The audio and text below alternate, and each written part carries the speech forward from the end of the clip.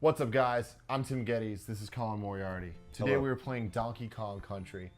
This is one of my favorite platformers, Colin. It's a great game. It's really good. fantastic game. This intro right here, Donkey Kong's about to drop in and cause some shit.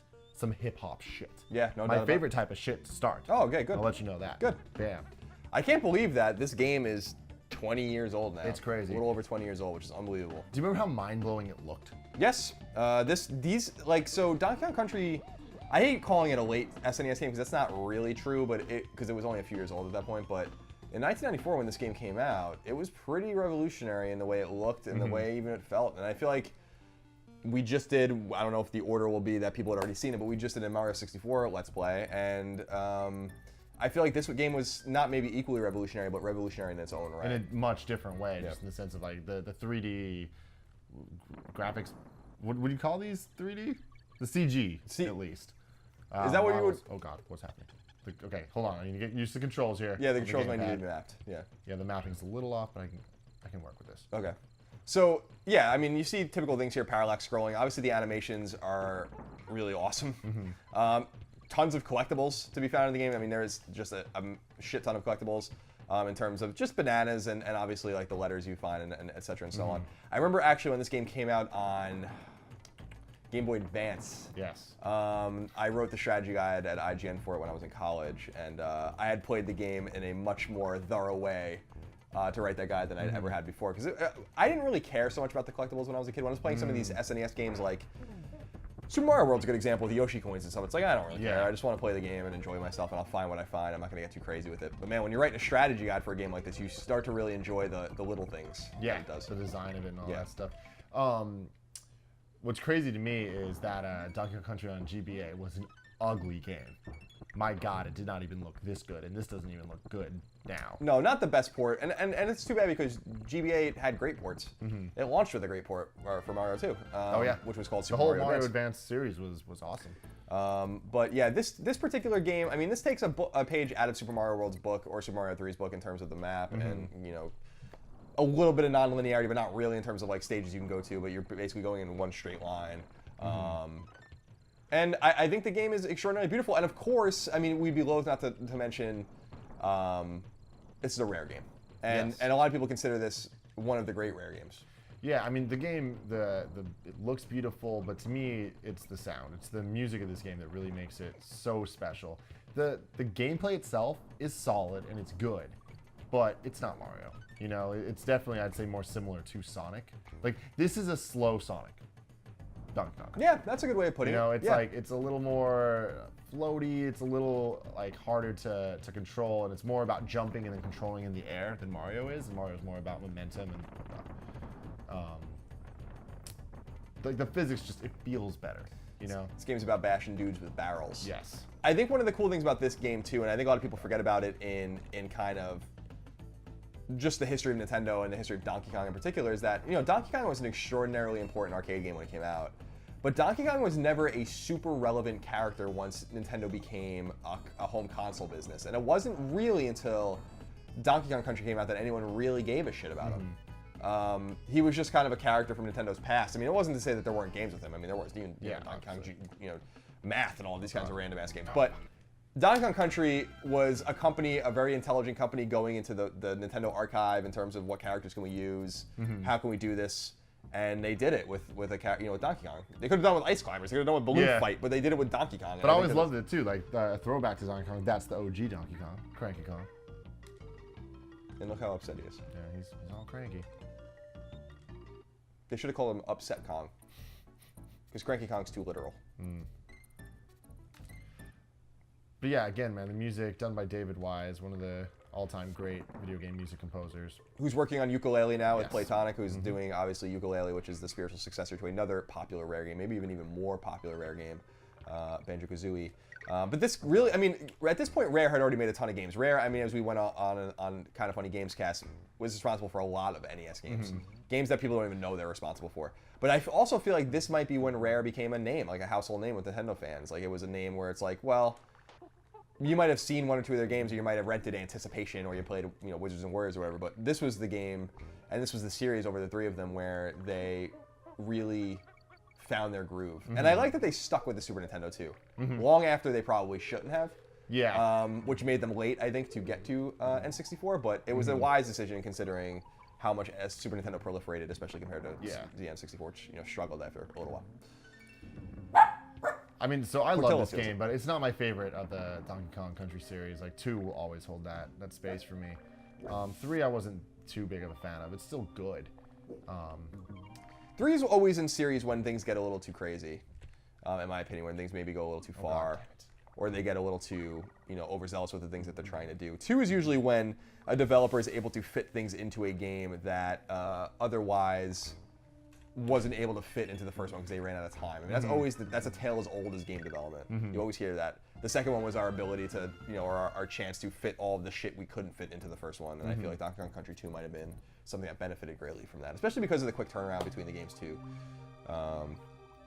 So going back to the music, man, this level, Aquatic Ambience is the name of the song, and it's one of the most beautiful songs in video game history.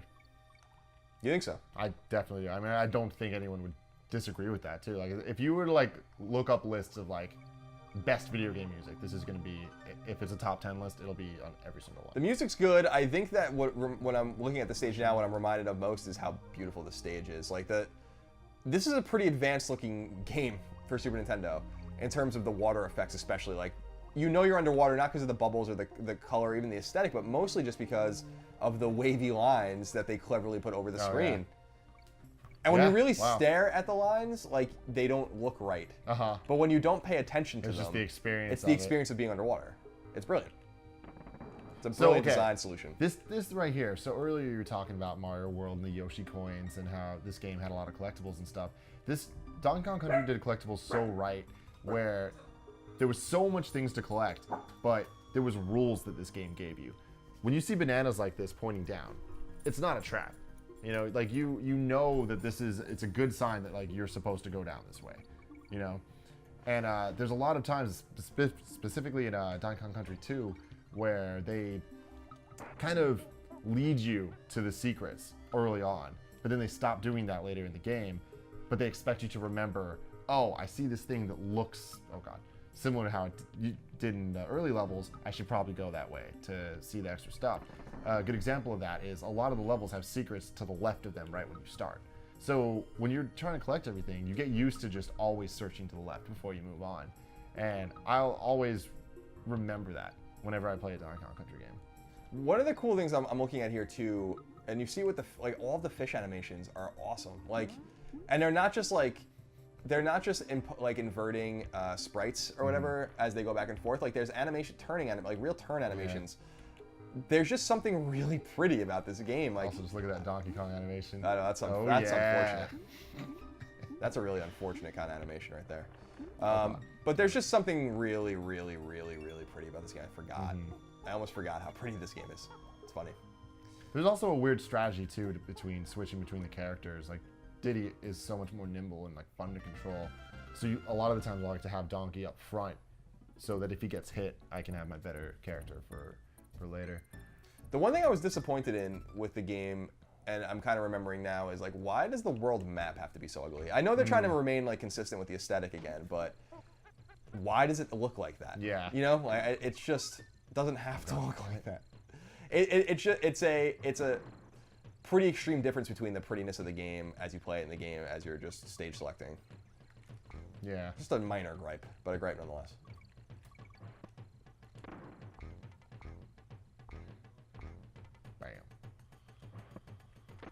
Of course, the barrels. I don't remember when the first minecart level is. Yeah, those can be devious. And the barrel, again, that's cool that the barrel is like, again, just a nice little design choice. Like, you introduce the barrels and how they work without them really mattering, so that when they matter, you understand better. It's not a super old school design aesthetic where it's like, here it is, figure it out. Oh God. Yeah, you fucked that one up. Yeah, this brings me back, man. Yeah. I haven't played this game in a long time. It's been 12 years probably since I played this game. Yeah. Because I think 2003 was when it came to the Game Boy Advance. Yeah, I recently, and when I say recent, I mean probably like 5 years ago, played through Donkey Kong Country 2 just to make sure that I still loved it as much as I thought I did, and I did. And that's good news. That makes me happy, because there's a lot of games I go back to and I'm like, oh man, I remember this more fondly than I should. Rose tinted glasses. We all fall fall prey to it. But there are certain classics that you know you're gonna like, and I think this is a safe bet. Yeah. Where am I? Oh. So I'm trying to think like all the places that this game's available. You can play it Oh God. on GBA. Is it tell myself. available on DS? No. I don't think so, right? So. So I'm gonna kill myself because I want to show you something real Okay. quick. And then, but it's available on Wii and Wii U, and maybe Yes. 3DS. They might have took it off the Wii eShop. I remember there was some like weird controversy. Just trying to make sure going people on. know that there's multiple choices for them to play Yeah. Oh, if damn they it. choose Oh, to play wait. it themselves. Okay. Fuck. I can't show you what I'm trying to show you. Earlier I was saying the strategy of changing the characters. When there's a barrel, Diddy will hold it in front of himself when he runs, whereas Donkey Kong holds it above his head. So I always preferred having Diddy because then if you had it, you can like kind of use it as a shield to like run into enemies. Whereas if you were Donkey Kong, you were just screwed because like if you'd have to throw it at him, so you'd have to be a little farther back for the animation and stuff. And like that was on purpose, you know, like they definitely thought about all that when they designed it. And you can see it as you go into Donkey Kong 2, where they got rid of Donkey Kong, and it was him and Dixie, Right. who both had more of similar like uses. Like Dixie could fly a little bit more and make her useful. I'm enamored with the background right now. Like not only the near background, but like just there's like 5 layers of trees in the background that just it gives the game depth. Like Yeah. you feel like you can actually run back into those woods. There's just a little, and like the very subtle like almost dusk like nature of the sky with the yellow over the tree line. Very clever game, very pretty game, just a very well designed game in many different ways, and then definitely not a forgotten classic. People really do talk about this game fondly still. And the series, the trilogy is. I think 1 and 2 probably. Well, I mean, even Returns games are awesome. Like a lot of people like won't give them credit, but man, Returns on Wii was a great game. Oh God, and Returns Tropical Freeze on Wii U. I still haven't beat it. It's amazing. I played it for a little while when we were still at IGN. I wasn't crazy about it. It felt a little heavy to me. But when you play these games, they're not super fluid either. That's not really the nature of the game. I think it's just more what I'm looking for. Tropical Freeze is good. It's damn good. But so is this one. So you guys should definitely check it out if you haven't already. Stay tuned to youtube.com/kindafunnygames for Let's Play every day at noon. And we're going to play a lot more of these good stuff. I like doing these with Colin because he drops a lot of knowledge and teaches me a thing or two about a thing or two.